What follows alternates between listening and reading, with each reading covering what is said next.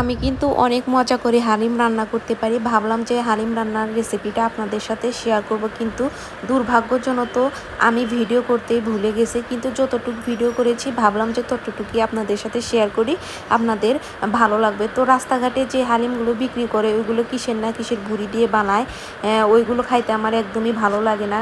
সেই জন্য আমি নিজে বাসায় থেকে ভুঁড়ি কিনে এনে তারপরে হলুদ দিয়ে সেদ্ধ করে পরিষ্কার করে তারপরে হালিমটা রান্না করব। তো মাঝখান থেকে আমার ভিডিও করার কথা একদমই মনে ছিল না, তো যতটুকু মনে ছিল ততটুকুই আপনাদের সাথে শেয়ার করছি। তো এইখানে আমি কিছুটা পরিমাণে পেঁয়াজ বেরেস্তা করে নিব, আর এটা বাগার দেওয়ার জন্য আমি কিছুটা পরিমাণে পেঁয়াজ হচ্ছে তেলের ভিতরে ভেজে নিব। আর এটা হচ্ছে পেঁয়াজ বেরেস্তা আমি পরে দিব হালিমটা পরিবেশন করার জন্য।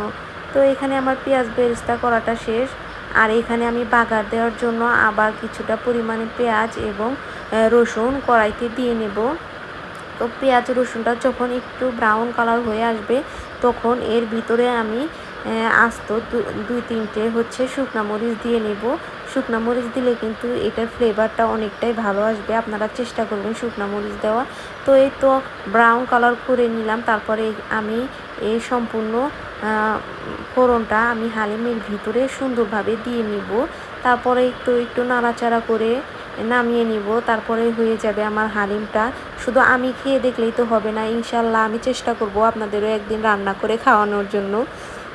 তারপরে না আপনারা বিশ্বাস করবেন যে আসলে এই হালিমটা কতটা মজাদার হয়েছিল।